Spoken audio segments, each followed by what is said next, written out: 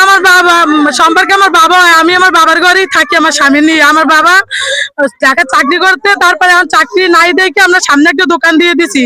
এই 6 মাস যাবো তো ভাইকে ইতিহাসে অর্ধারে টাকা চাইলে আমার বাইরে আমার বাইরে গাঁজা বেচার প্রস্তাব দিচ্ছে। আমার ভাই মানে না দেখে ও আমার বাইরে রাইতে রুইতে যাই বলাইতে যাই। আমার আব্বারে কইছে ও আইলে দোকান খুলবা না, এই আমার ভাইয়ের লাগার বিরত হয়ে গেছে। তারপর আমার ভাই তা চাইতে গেছে, পর আমার বাইরে কেন হয়েছে। কেন্দ্রের পর আমরা ছিলাম যে শহর দিয়ে যখন গেছি কামালাওয়ালাদার আমার বাবারে মারছে, যে শহরগুলো আমরা গেছি যাই জিঙ্গেছি এই রাত্রে পিড়ে নিয়ে শুরু করছে। আমার বাবারে পিড়ে পালাই দিয়ে আমার বাবারে মার ফেলাইছে জায়গায়।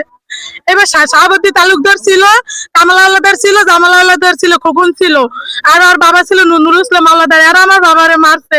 আর পশ্চিম এতালি আবাসনের ওই জায়গায় রাত 8টা বাজে, তখন 8টা এরকম। আমার বাবা একটা ওই চার দোকান দিয়ে বইছে। আমাদের বাসার সামনে কেউ ছিল না। আমার বাবার নাম আব্দুর রহিম পেদা, বয়স 60 কি 65 এরকম হইবে। মারছে ওরা সাইরো বাপ প্রতিবেশী আছে শাহাবুদ্দিন তালুকদার, হে আমার বাইরে একটা প্রথম ধাক্কা মারছে। বাসিন্দা, হ্যাঁ শাহাবুদ্দি সভাপতি, আরো একদিন মারছে। আচ্ছা আপু, আপনি কি চাচ্ছেন? আমার নানা একজন বয়স্ক মানুষ, তারা পিটাইয়ে মারা হয়েছে। আমরা তার বিচার চাই, সূক্ষ্ম বিচার চাই। আমার নানার টাকা, দোকানের পাওনা টাকার জন্য মারা হয়েছে।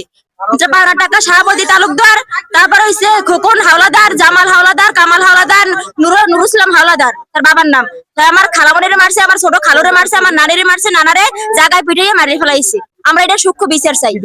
আমার দোকানে ও সিগারেট খাইছে, অনেক খাবার দাবার খাইছে, বাকি টাকা পাইবে ওর ভাই।